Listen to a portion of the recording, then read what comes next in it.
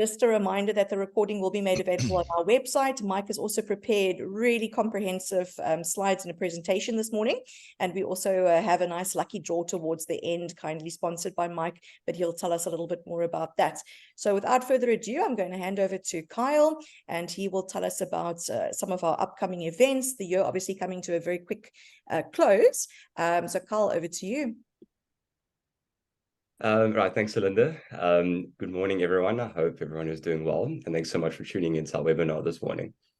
As Linda mentioned, this webinar is going to be recorded and published on our YouTube channel, so please remember to like and subscribe to our channel. If you haven't already, please do also sign up to our newsletter. This way you can keep in touch with the TVDM Consultants team. Then TVDM Table Talks discussion will be happening tomorrow at 11 a.m. This is a segment where once a month you will have the opportunity to ask our consultants any community schemes related questions you may have live. This feature is only available to paid for members on our neighborhood, and we will be releasing the link a bit later today for that, so make sure you don't miss out. Thanks, and over to Nicole. Good morning, everyone. Thank you so much for joining us this morning.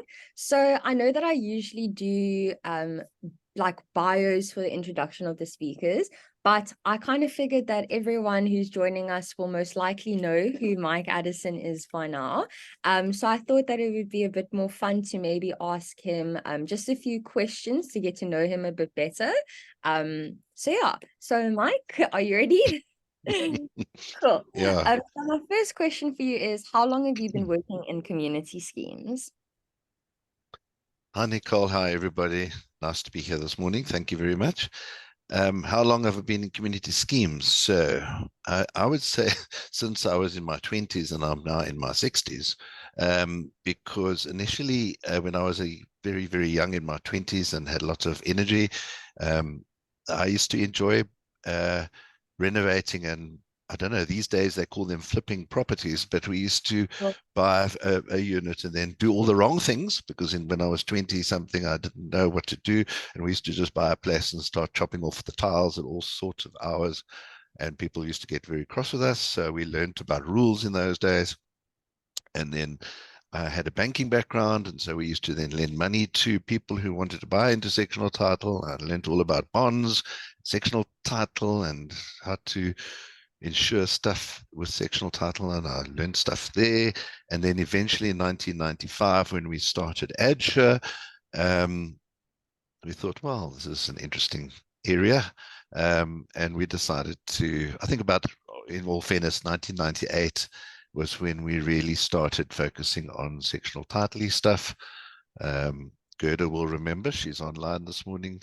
I even tried my hand at being a managing agent, and I decided that was the worst possible job ever, and handed it over my 3 buildings I used to look after to Gerda.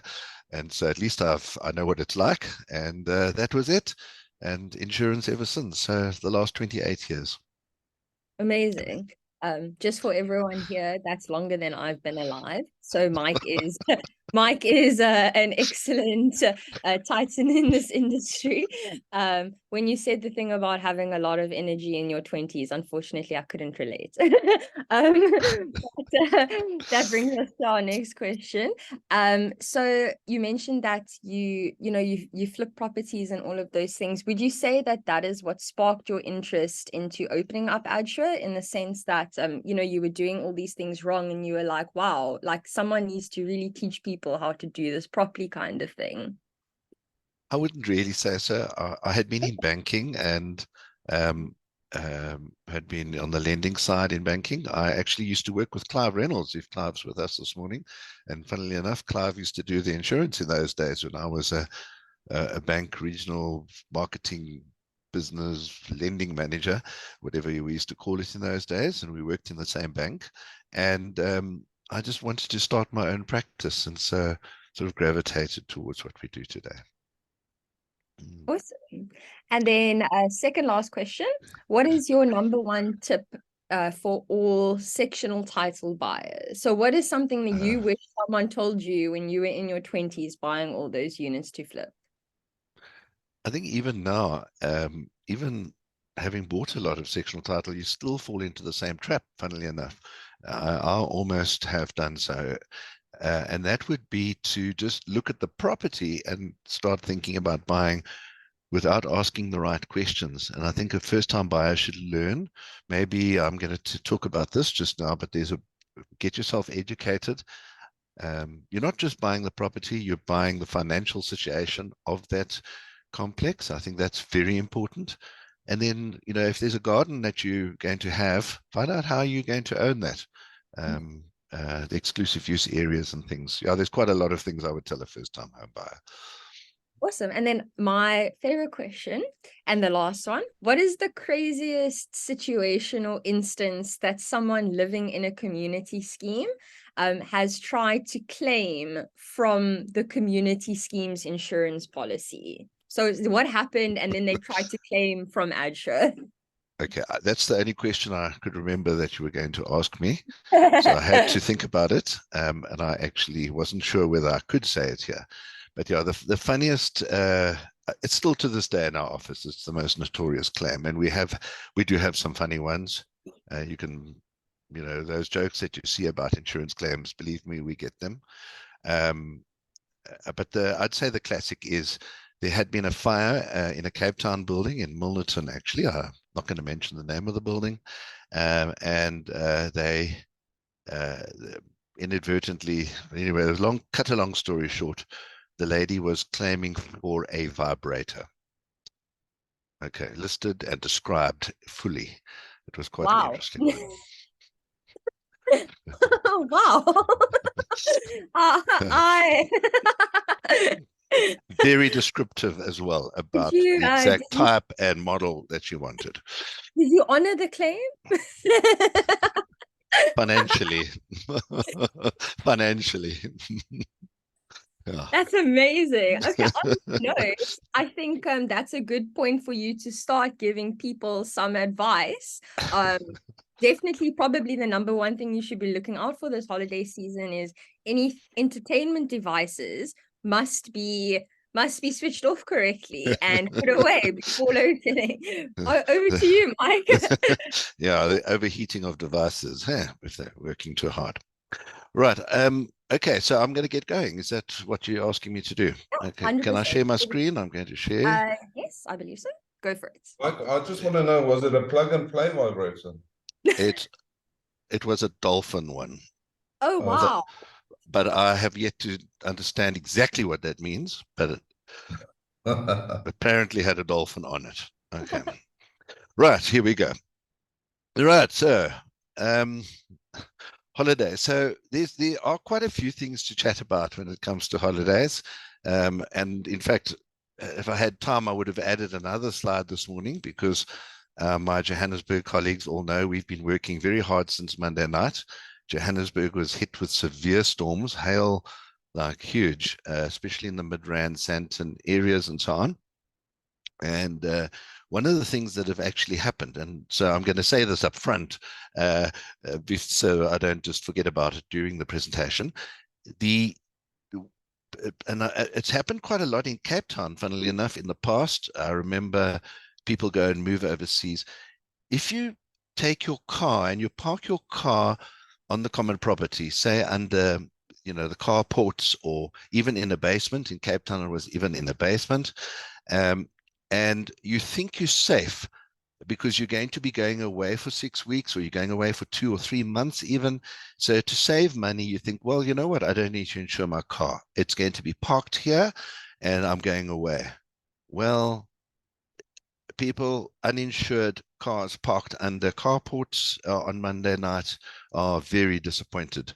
Of the 6 buildings that we've got covered, 3 of them have got many owners whose cars were damaged by the collapsed carports through the hail, and they weren't insured because they had thought that they were safe by being parked under there, not using those vehicles at this present time. So no, you're never safe. Don't uninsure your vehicle if you are leaving it in a sectional title community. Anything can still happen, even a fire, a storm. The one in Cape Town was a building in the Century City area. where in fact the tiles from the roof blew off and then fell through a lower roof and then collapsed onto a motor vehicle, which was uninsured because the person was overseas. So just bear that in mind. Okay, that's tip number one, experience from this week. Okay.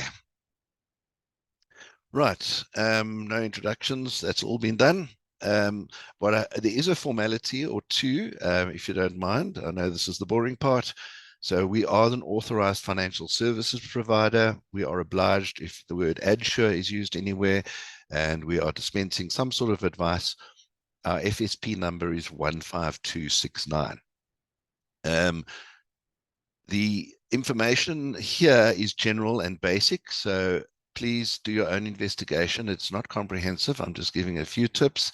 Please don't hold me to anything else that goes wrong that I haven't mentioned this morning.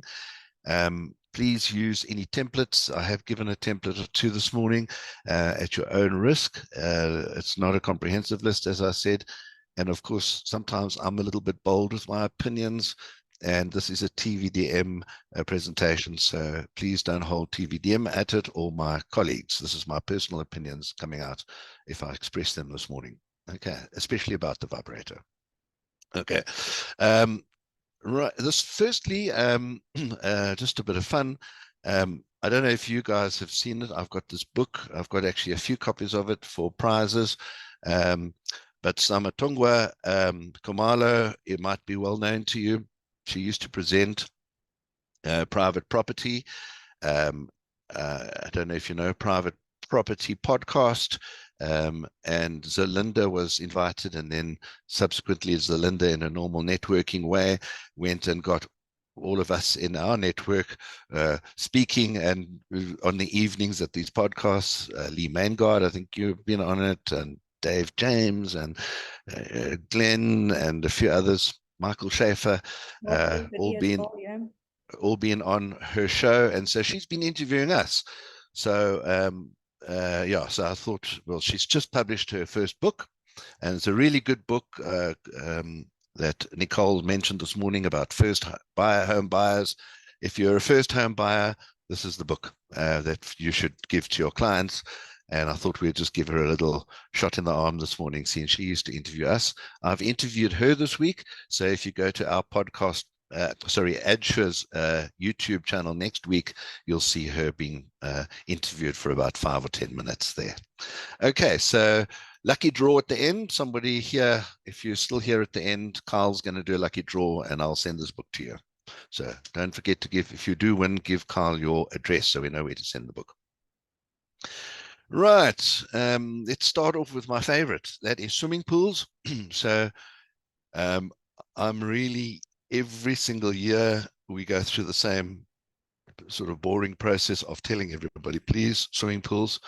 I'm quite sure by now we've actually saved a life through the efforts, because the statistics are horrendous. And I drew some statistics, and statistics are usually boring, so I just somebody mentioned AI this morning. Well, I used a little bit of ChatGPT to filter. I put it all into ChatGPT and I let it filter it back out. And this is what I've got. Average number of fatal drownings per annum in South Africa, just under 1,500. I was quite surprised at the number. I think that's quite high. Average drowning rate, 3 per 100,000. I'm guessing that works out 3 per year per 100,000. January has the highest number of fatal drownings, followed by February. I would assume followed by December, especially in Gauteng. It's heating up now, as you know, and the swimming pools are starting to become hectic. But when it gets really bad in Johannesburg, and obviously Cape Town and Durban as well, is during holiday season. And when school holidays are on, the kids are all at the swimming pools, and in Cape Town and Durban, half of Gauteng is in your swimming pools. So I think, bear that in mind. The highest number, seems to be February, though, for some strange reason. Sundays were the day of the week when it was most frequent, and then between 4 o'clock and 8 o'clock in the evening on a Sunday. So probably between December and February, on a Sunday between 4 o'clock and 8 o'clock in the evening, take extra care around your pool, because statistically that's your bad area. And then the worst of it is the 0 to 4-year-old age group. In other words, toddlers were the highest incidence. And there's a whole lot of other stats, but I just thought that these were pertinent to us. And I hope it brings home the importance of the swimming pools. Okay, so it tells us that we are at high risk, holiday season and weekends, and toddlers are what we should be most concerned about. Not that we shouldn't be concerned about other stuff, but certainly, toddlers are where the drama is. Sadly, I used to have more dramatic photos. I've toned them down, because very sadly, when I did a presentation a few years ago at a NAMA event, I have a slide, and I was actually a bit shy. Somebody in the audience had actually lost a child and a toddler under these circumstances. Now, how sad is that? So I've got to even be careful on how I do the presentation, from a just sensitivity point of view.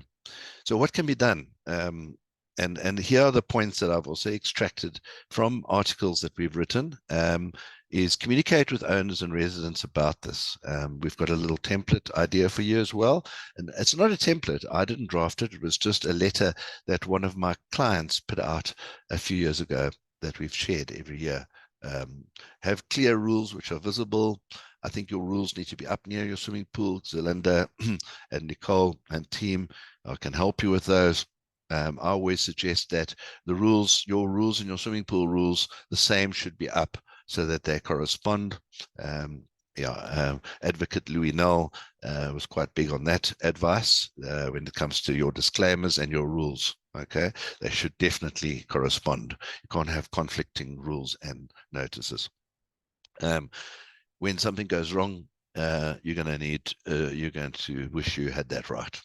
Strictly enforce swimming pool rules. Okay, strictly enforce. And Linda, you might have seen the comment I made yesterday on when you reached out for some suggested articles. I'm very concerned about something going wrong around the swimming pool and to what extent the trustees were enforcing rules. But I'll leave that for you to do an article on another time. Ensure children are supervised. The number of unsupervised children around swimming pools makes me shudder. Absolutely. And a body corporate can't be responsible for supervising other people's children, of course. I'm not saying that at all. But somehow what we do in our complex, well, not me, because I'm the broker, so that's my excuse for never being a trustee. That's my way of wangling out of that one. But what I've suggested to the trustees that they be strict. And what our security in our complex do is they go around and they check at the swimming pool. If there's no adults, they chase the children, then they lock the door. Okay, so which is, thank goodness for that, because and you'll be surprised how many people cannot swim that actually jump around the swimming pool. Okay, no alcohol or drugs near the pool. I cannot emphasize that enough. All the problems that I've seen around a swimming pool have been alcohol and glass related. So far, never mind, the possible or near drownings. Be more vigilant on weekends, particularly prepare for the holiday season. As we know, the day the schools break up, your problems at your swimming pool will start statistically. Ensure all-round safety. Know what to do in case of an emergency. Have you ever thought to yourself, if somebody drowns today in the swimming pool and we've got to call somebody, is there a sign up that says, in the case of an emergency, call this number? What is there a procedure to follow if there's a drowning near a swimming pool? I can tell you, I've never seen one. Okay, that's what shocks me. Access and gate mechanisms. Now, your gate. I'll show you a picture just now, but I could show you every time I go to a building, and you know what? It's more prevalent in the upmarket buildings, believe it or not. If I go to a building and I go to the swimming pool area, the common area, the first thing I do is I look at the swimming pool gate, because I've got such a thing about this. And the gates are usually 9 out of 10 out of order. Okay, in other words, a toddler could get in. That's my sort of acid test. Can a toddler get in? Okay, and the answer for 9 out of 10 that I visit is yes. Sadly, Yes. Okay, that gate mechanism is supposed to have a spring mechanism that's supposed to shut that door at all times. Okay, not just sit half closed, weak, rusty. Okay, especially the rust. We know what it's like in table view, as Linda, with the rust. Access safety equipment around a pool, and check local bylaws. Okay, now I've already spent too much time on the subject for this morning's webinar.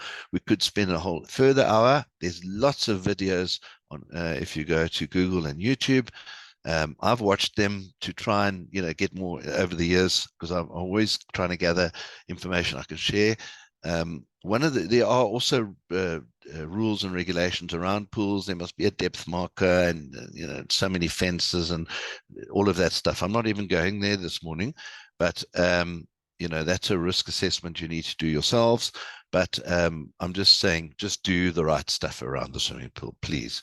If this morning, if we can get this message out there, maybe another life is actually saved this year.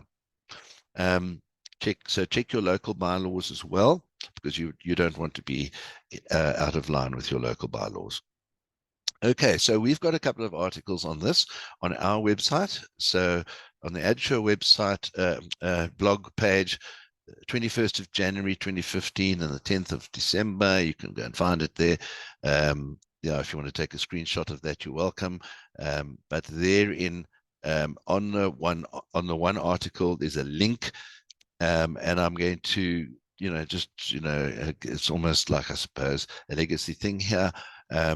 In Johannesburg, at this particular body corporate, I saw this. Pierre Weiss, the late Pierre Weiss, he was a great managing agent and friend in Johannesburg. I used to have breakfast with him regularly. Sadly, he passed away a few years ago of a heart attack. And so this is kind of like in his memory, you could say. He used to put this out every year. A lovely article. So it's there, you can download it. And maybe it's just an idea for you to put out to all of your owners ahead of season, kind of around the swimming pool area and the children and what they should and shouldn't do. I would go even further than this, but I thought this was great.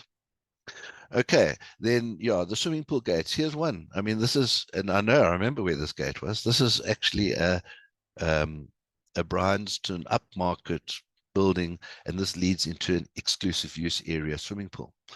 And it's straight from the common property. Now, a toddler can walk straight in there and drown. And who's going to be responsible? Well, the body corporate seemed to think that it was, exclusive use area, so the owner's responsibility. No, safety around exclusive use still remains with the trustees. I'm sure Zelinda will agree, and Nicole will agree with that. Right, enough on that. Children's play areas, in similar vein. You'll be surprised what can go wrong around a children's play area. Not as bad as a swimming pool, because it's more physical, but a lot can go wrong here, a lot. Okay, so we've also got articles on this. Trampolines are a no-no. I could spend another few minutes on a trampoline, but all I'll say is bad idea. I love trampolines. I'm privileged to have a 10-year-old stepson at my ripe old age, and he came into my life a few years ago, and wherever we go and there's a trampoline, I'm happy for him to be on the trampoline. I watch him though, but if they brought a trampoline into our environment, in our body corporate, I wouldn't actually allow him to go there unless I was watching him. Okay, it's a dangerous thing, unfortunately, statistically. Okay. This is an example of one, these things. I've shown this before in a liability, one of these events, but you'll see the wood actually on these gum poles shrink in the dryness. Cape Town's windy and Johannesburg's winters, and then it shrinks so much that the metal end pieces stick out like knives, and unbeknown, it can cause a child to get badly hurt and injured. Okay, it's like a knife through butter, so be very careful, have those monitored. I always check those when I go to sites. I want to compliment somebody this morning. This is the best playground area I've seen in the whole country over all the years that we've been doing this. Beautifully kept. Now, not only beautifully kept, but child friendly. extremely child friendly and well kept in that there's no, you can see there's just no splinters. The children aren't going to get splinters here. The gum poles are in good order. They've got those little end pieces, but they're actually much smaller ones. So, Marianne, I wonder if you're here this morning. I think I heard you arrive. St. Bottini Gardens. Marion. Okay, you've won the best playground in the world. Well-run complex all round, but this is one particular highlight in your complex. Your swimming pool as well is also great. Okay, so guest access and visitor parking is perhaps another one. I always say that access to the complex is your high-risk area, and believe me, at Christmas time or alcohol time, is in larger complexes, particularly in Johannesburg, it seems, more so than when I was in Cape Town. Although gee whiskers, is Zulfa on with us this morning? Is Zulfa, are you with us this morning? Is she here? I don't see her, no. No, yeah. He sent us a video of an incident outside a complex in Mulleton this week. The video of a car coming through and wiping out a whole lot of common area. But yeah, guest access and visitor parking areas, high risk areas, alcohol and parking and cars on the weekends don't seem to go well together in sectional title. It's my Monday morning usual. I get to hear about these things and see interesting videos. And that's also, we could actually have a whole hour of watching videos of very exciting ways that people seem to arrive and hit gates and poles and things. So please, have a look at that. Just have a look at the parking spaces and make sure that it's all in good order. Holiday decorations policy. This is quite an interesting one. People love to put up lights. There are certain suburbs, I see in Johannesburg here as well. I remember we used to all rush off to, I think, Boertesig. Do they still do that? There's an area there that people go and look at all the lights around these streets that have set up their Christmas lights. Still do that. And some complexes do that as well. And it's all very well, but from a fire risk point of view, there's wire going around. And a lot of this stuff comes from, the east, very, very cheaply put together. So just be careful there. Just make sure that you have some sort of standard and rules, especially if they start wrapping these around dry gum poles near bushes and things like that, especially trees. We want to all have a nice Christmas tree, but just make sure that it's not going to have a fire situation. Utilities, infrastructure, just make sure that everything's fine. Your plumbing and your elevators. You go away, and of course the plumbing is dodge. You can imagine if you're away and, simple things like switching off your water before you go away on holiday. Not a bad idea, then you're not going to come home to a flood that occurred while you were away in your own section. My own unit complex have got an issue with a certain product in the wall, and units are having floods sporadically. I've had mine all changed in mine, so I won't have it, I hope. But I know it's almost a given that in our complex, if somebody goes away on holiday, they're going to come back or they're going to lose a lot of water while nobody's there to open up. So be careful. Weather-related preparations. Well, I think, as I mentioned to the TVDM team this morning, I had luckily prepared this presentation over the weekend ahead of the storms in Johannesburg. And while I was preparing it, I had storms in Johannesburg in mind, not knowing that on Monday evening we were going to be so hammered. But take precautions. Last December, the December before that, and these things came along when people were away on holiday. Okay, and you don't even know what's happened in your unit. Make sure that your gutters are clear. I must say, I've been very impressed with my clients in Johannesburg. They've been reporting clearing of gutters more so than before. So I'm proud of my clients' good mitigation there. Yeah, there we go. I mean, I know, Carl, you're here. I know that your guys have been doing clearing of gutters. Clive, I know you guys have. So, because the questions have been quite interesting, because, okay, who should clear the gutters? Be careful. You know, those have been the questions. Never had them before. So good. Well done, guys. Pets policy. It's not going to hurt us so badly, but it could. Pets in a scheme. And it's more from a liability and argument point of view. You know, just get those pet rules sorted out before people go away on holiday. What we've experienced is people coming and they're wanting to sue the body corporate because they didn't put rules in place properly. And somebody went away and there's a dog barking the whole day and they're at home trying to relax on their holiday, blah, blah, blah. They just went away and somebody comes to feed their dog every day. Meanwhile, it's howling away because it's missing its owner. So, you know, these type of things, I think, just look at and reiterate and avoid, you know, trustee indemnity claims later. The internet and communication systems, believe it or not, is a high risk, especially now with all of our load shedding and stuff. These things get hammered, and if your system burns out, it could affect your security. If it's centralized, owners are not going to be happy if everybody's gone away on holiday and now they can't watch DSTV or they can't have access to Netflix because somebody was away on holiday without giving somebody a key to some room where the equipment is. I'm just giving you some points, and then there could be all sorts of repercussions. So just check your internet and communication systems.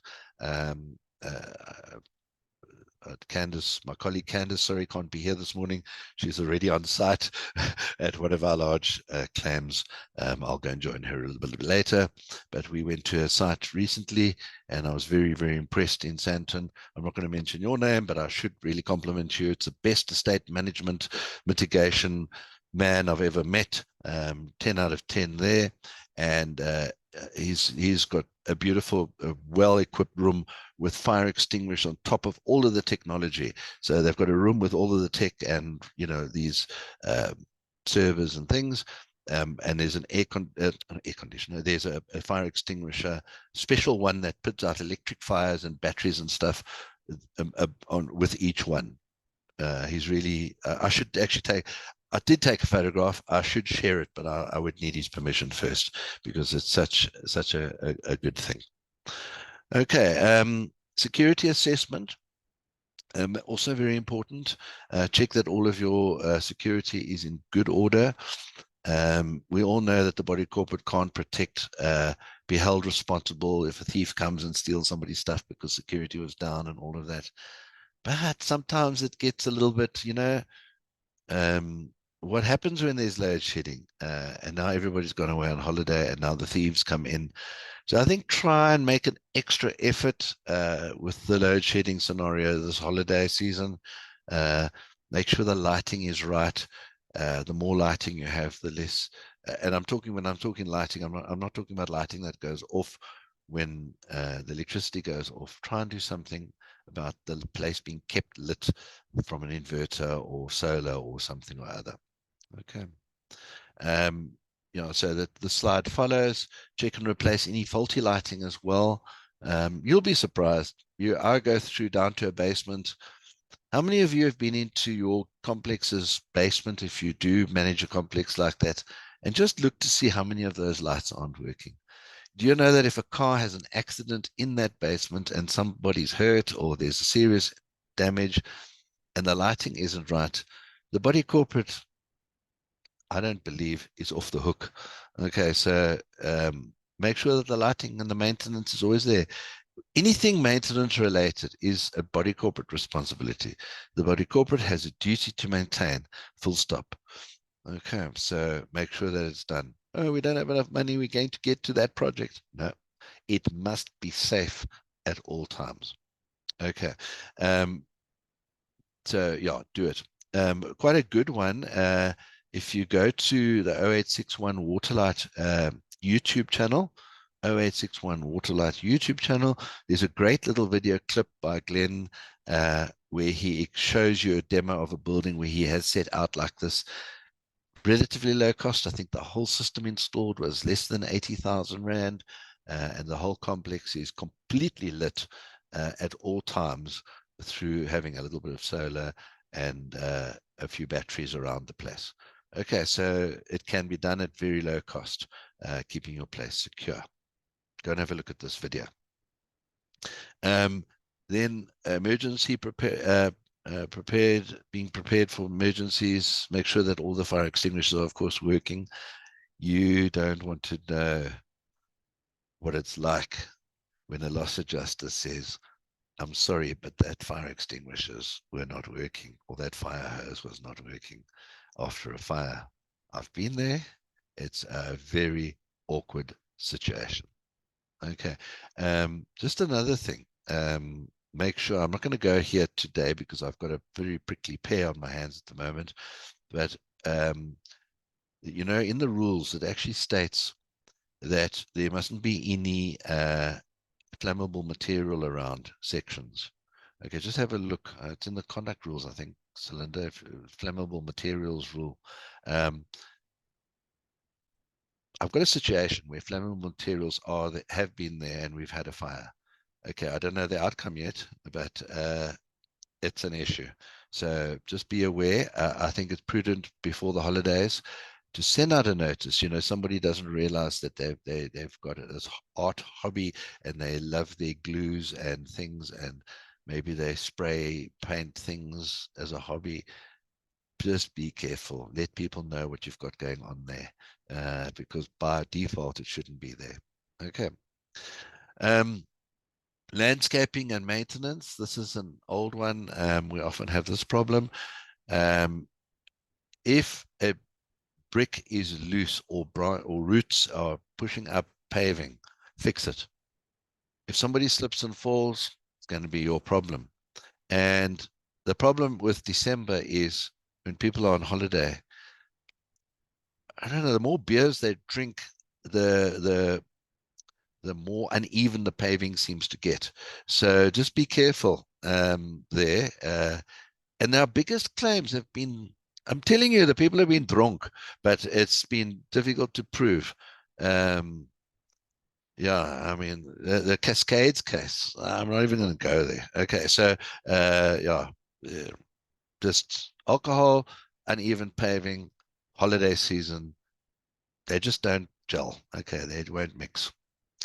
Okay, then, yeah, I didn't want to go into too much depth because it gets a little bit boring when you're just listing things that you should do. You can actually Google a lot of it. There's actually a hell of a lot. I just focused in on areas that have been concerning me, and I thought I'd orientate you towards sort of going elsewhere for resources, getting ideas, you know, things that you can do proactively this holiday season.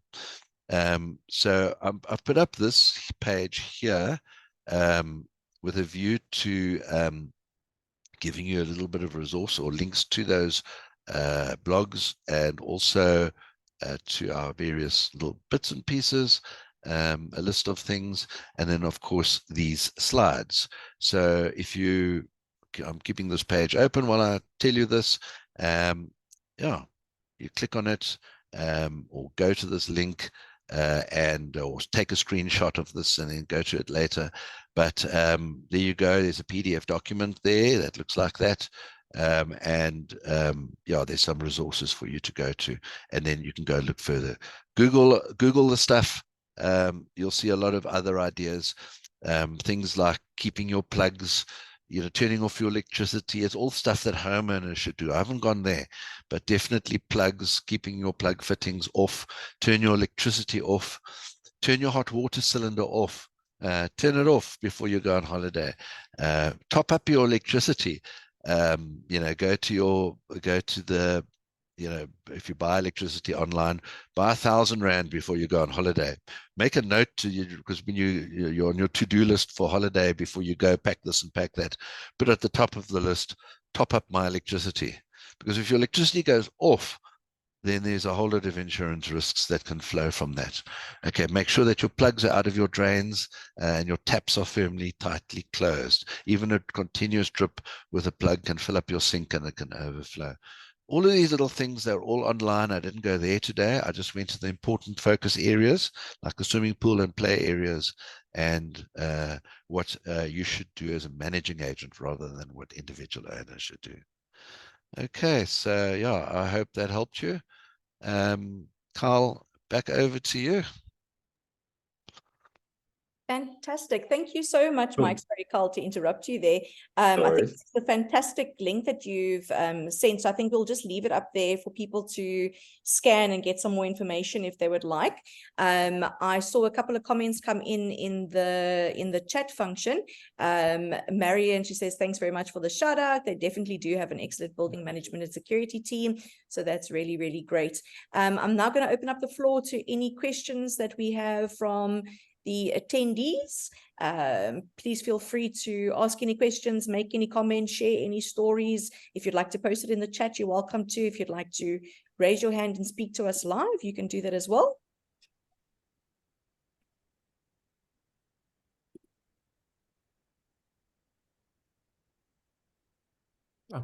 Marian, there we go. Sorry, Marian, my view is such that I can't really see so lacquer on my side, but please, over to you.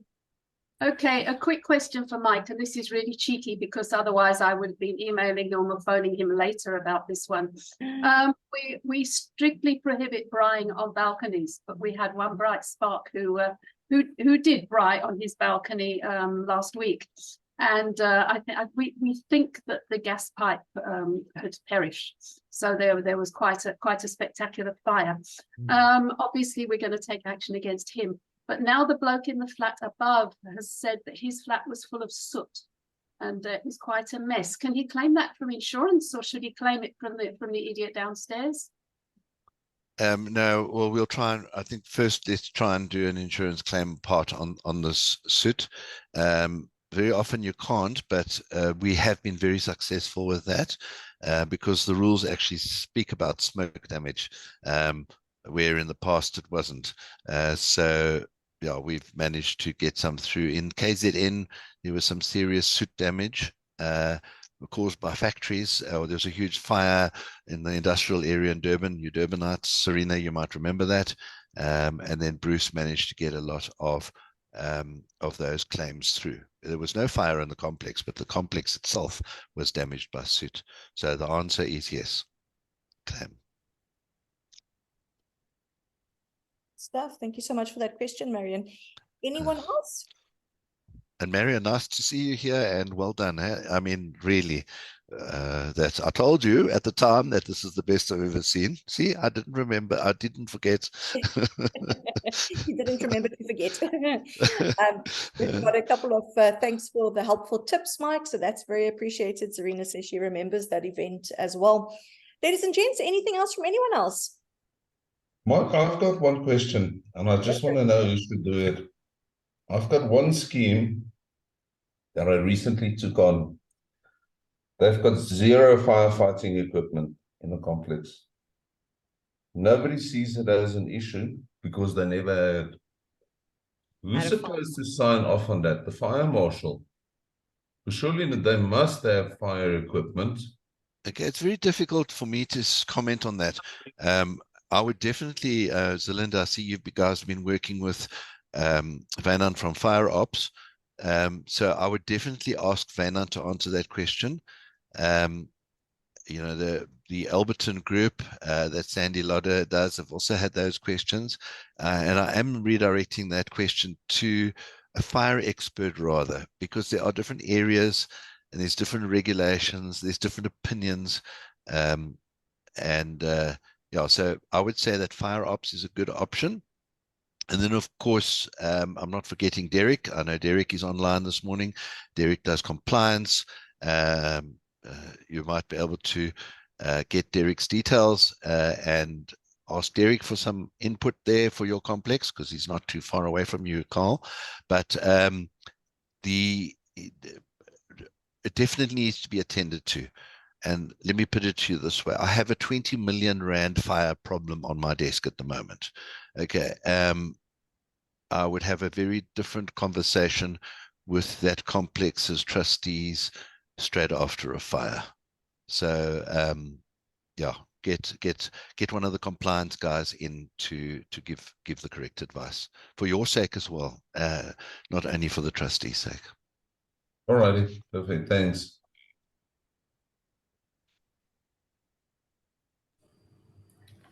Yeah, hi, thank you, Mike. It's Navran here from PEX Management. Thank you. I just want to say thank you so much for some of the pointers, which I think it's so relevant and important, specifically during this time and getting into the, the season that we're stepping into.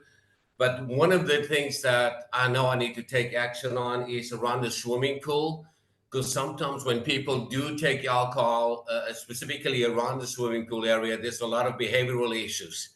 So I'm just thinking I may have to have some signboards made up immediately so that I can say absolutely no drinking around the swimming pool at all, no alcohol whatsoever. Because, I mean, just one of my security officers came to me this morning saying somebody almost practically assaulted him because they had alcohol around the swimming pool, saying, he was going to actually stab him if he continued to harass him in a sense. But he was just doing his job, saying, listen, no alcohol around the swimming pool. And I think we need to kind of really reiterate that and make this a kind of almost like a law in principle, so that we don't have issues around swimming pool area and around specifically area where people want to really enjoy themselves, and enjoy the environment and so on. So thank you so much for the pointers. I really appreciate what you shared. It's so sobering. Yeah, I feel a little liberated, knowing that I'm stepping in the right direction. Absolutely. Great. Thank you so much. It's a pleasure. We've got a question on the chat, Mike. What are the repercussions of only a few people having access to a gate motor key in the event of a fire or battery power down? That's something I've actually come across quite often in practice, this access to the gate motor issue. Do you have any comments for us? Yeah, it's very, very tricky because you're trying to balance the security and then never mind safety, but other people's rights as well. When I lived in Cape Town, I had bought a sectional title in there, and they only gave gate access to people whose cars were parked in the complex. I wasn't really pleased with that because all owners, in my opinion, would have a right to make use of that common area gate motor. So that was just my thinking. Yeah, it's probably a balancing act, and it's probably difficult to say generally. Probably depends on the dynamic of the scheme. But from a safety point of view, absolutely. The fire brigade or the fire department or the fire emergency services need to have access. In fact, we've gone as far as suggesting that, I know in Johannesburg it's very difficult, so that's why we always refer people to fire ops wherever we can in Johannesburg. Believe me, we've had fires, fire ops have put them out, 2 of our complexes. Please, if you're in Johannesburg, encourage your schemes to use fire ops, private fire brigade services, and also services and experts in giving advice in this aspect. The fire brigades in Cape Town seem to be a little bit better. And in the past, we've had them come out to places like Dolphin Beach to walk around and check and give us advice. We've had them to walk around and give us advice in Durbanville. I remember a whole gable had to come down because the fire brigade wouldn't have been able to get in had a fire occurred. So a lot of these things, get the fire brigade in and show them the scenario and let them give you some advice. That's the best I can do with that one. Fantastic. Thanks, Mike. We don't have anything else on the chat. I lie. No, nothing else on the chat. All right, guys, last opportunity before we shut down for the morning. If you'd like to ask any questions or lucky draw. Oh, yes, of course. Of course. Okay, so it is Karen van der Walt. Karen van der Walt. Karen van der Walt from Key Management. Is she online? Should be. Got to be here for the prize. I'm just stopping your sharing quickly, Mike, so I can Yes. have Finished. a look and see if I can see. Perhaps she's just on mute. Oops. Here we go. Thank you so much. Fantastic. Congratulations. Thank Carl, have you got Corin's address? Corin? Yeah, I should have. her Was email it? address. Yep. Are you still in this? Are you still at the same office in Monte Vista? We in Rudderpoort, but I'll just. Oh, you're Rudderpoort. Oh, Another key. another key. Yeah, another key. Oh, okay. Corin, do you also have a yacht that we were talking about earlier?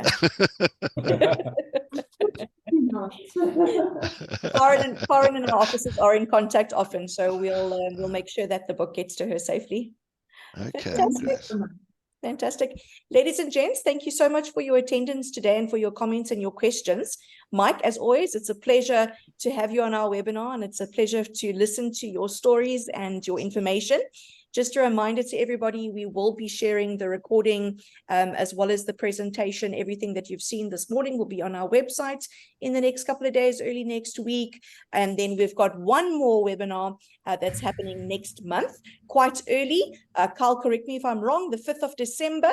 So that is going to be quite an early webinar, and we're going to be quite privileged to have none other than Jolene, now from the PPRA, as well as Leanne Richards, that's going to chat to us about managing agent registration with the PPRA, that happening on the 15th of December.